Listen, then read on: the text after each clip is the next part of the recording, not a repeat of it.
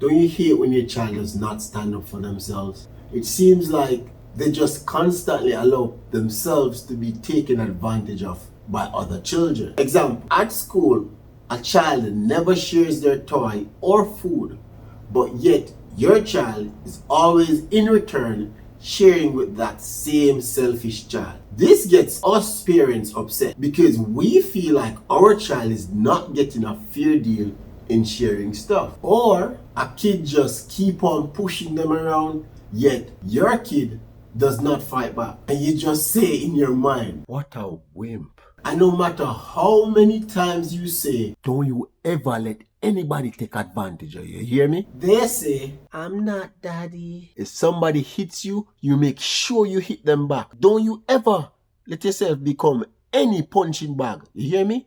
They say, but I don't want to fight them, daddy. They're my friends. No matter what you say, they still won't defend themselves. At least not the way we want them to. But as parents, we all get this feeling sometimes. But the question to ask ourselves is my kid really weak or are they meek? As I have learned from a wise pastor, sometimes meekness can be mistaken for weakness. But I want you to remember that our children are direct reflections of our teachings, whether through verbal or non-verbal. Even Jesus Christ himself was mistaken as weak, but he was not weak, he was meek. Meekness is having the power to destroy someone who hurts you but choosing not to.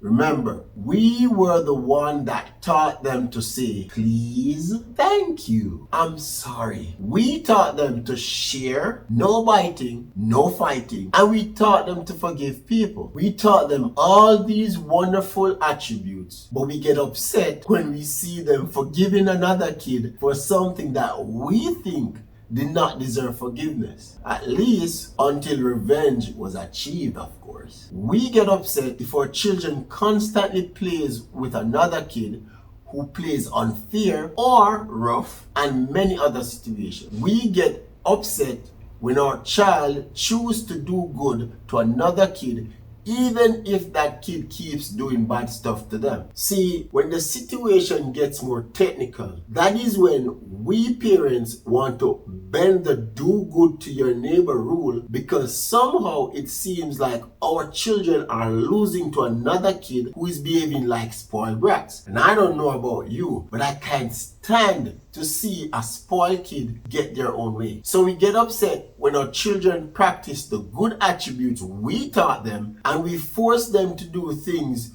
the way how we would want them to do it. Such as, I'm not sharing with you today because you never ever share with me. Or, it's you first hit me, I'm gonna hit you back. Remember, children have innocent minds.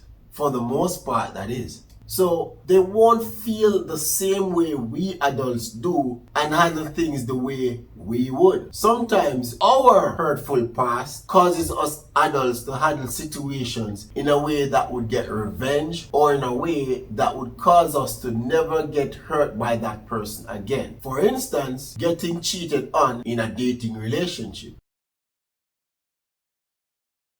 Some people vow to never ever go in a relationship again and will go as far as to tell their children to do the same thing. Just cause your marriage never worked out doesn't mean you should encourage your children to not get married. Just cause you got bullied at school when you were a child doesn't mean you should force your child to go around fighting bullies. The truth is, most likely, if we force them to fight bullies when they don't see the need to, they'll get beat up because their actions would be involuntary and filled with hesitation because their minds and chemical reactions are not ready to fight. Not because we the parent is ready for them to fight means that your kid will be ready to fight. Your kid is probably showing meekness and giving warnings to that kid who keeps picking on them before he or she resorts to fighting back. Our judgments can be biased because of our past,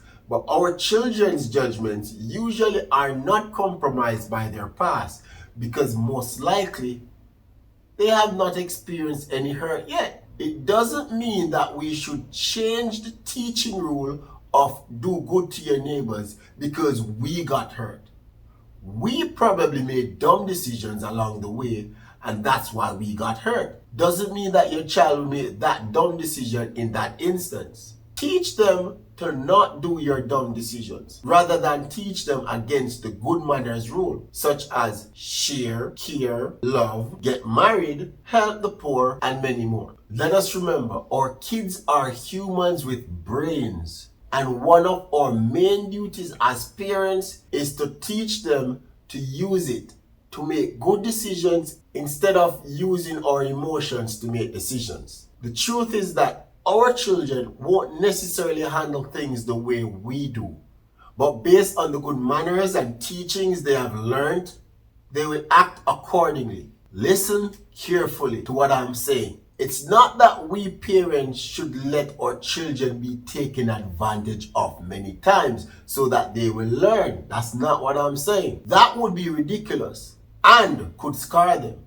However, it is more so guiding them to use all that we taught them and allowing their brains to use all the knowledge to develop their judging skills. So don't get upset when your kid won't fight back. He or she is probably showing mercy, or maybe he or she doesn't feel the emotions and adrenaline to fight back. You know, the same adrenaline and emotions you have on the sideline while watching them not standing up for themselves. As parents preparing to send our children out in society, we must learn to trust all the teachings that we give our children, hoping that our children will know what judgment to give to every situation when the time is right. We can't always fight their battles for them. So we must allow them to put into play what we have taught them to solve certain social problems, instead of allowing our past to dictate how our children should deal with social problems. If you thought this video was interesting, please like, comment, share, subscribe to this page so we can give you more lifestyle wisdom. So please, let us know your rate. Give a rate today.